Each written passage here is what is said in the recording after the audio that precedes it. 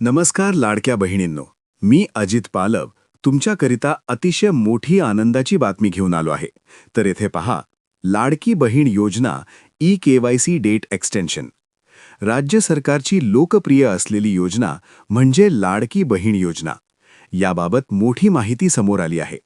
E-KYC करण्यासाठी पुन्हा मुदतवाढ देण्यात आली आहे. व्हिडिओ तुम्हाला पटला तरच व्हिडिओला लाईक आणि चॅनलला आपल्या सबस्क्राईब करायला विसरू नका.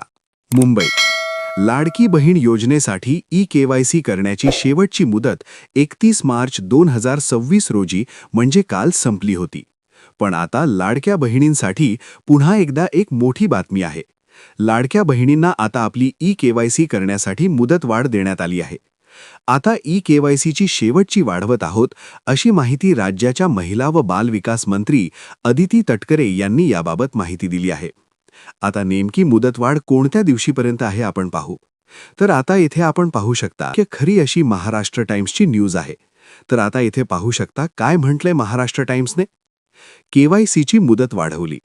त्यानुसार ई-केवायसीसाठी 31 डिसेंबर 2025 ची शेवटची मुदत देण्यात आली. मात्र त्या दरम्यान देखील महिलांना अनेक अडचणींना सामोरं जावं लागलं. नेमकं त्याच वेळी या संकेतस्थळात तांत्रिक अडचणी येऊ लागल्या आणि बऱ्याच महिलांच्या ई-केवायसी करण्यापासून वंचित राहिल्या. तरीही 1,70,00,000 महिलांना ई-केवायसी करण्यात यश आलं. मोठी बाब म्हणजे अनेक महिलांनी कुटुंबातील व्यक्ती सरकारी नोकरीत आहे किंवा नाही यासाठी देण्यात आलेल्या पर्यायांतून चुकीचा पर्याय निवडल्याने अनेक महिलांचा 1,500 रुपयांचा हप्ता आपोआप बंद झाला. दरम्यान अशा महिलांच्या तक्रारीनंतर किंवा ज्यांची ई-केवायसी राहिली आहे अशा महिलांसाठी पुन्हा 31 मार्च 2026 ची मुदत देण्यात आली. ती मुदत देखील काल मंगळवारी संपली. मात्र त्याच दरम्यान आता पुन्हा ही मुदत वाढ करून 30 एप्रिल 2026 करण्यात आली आहे.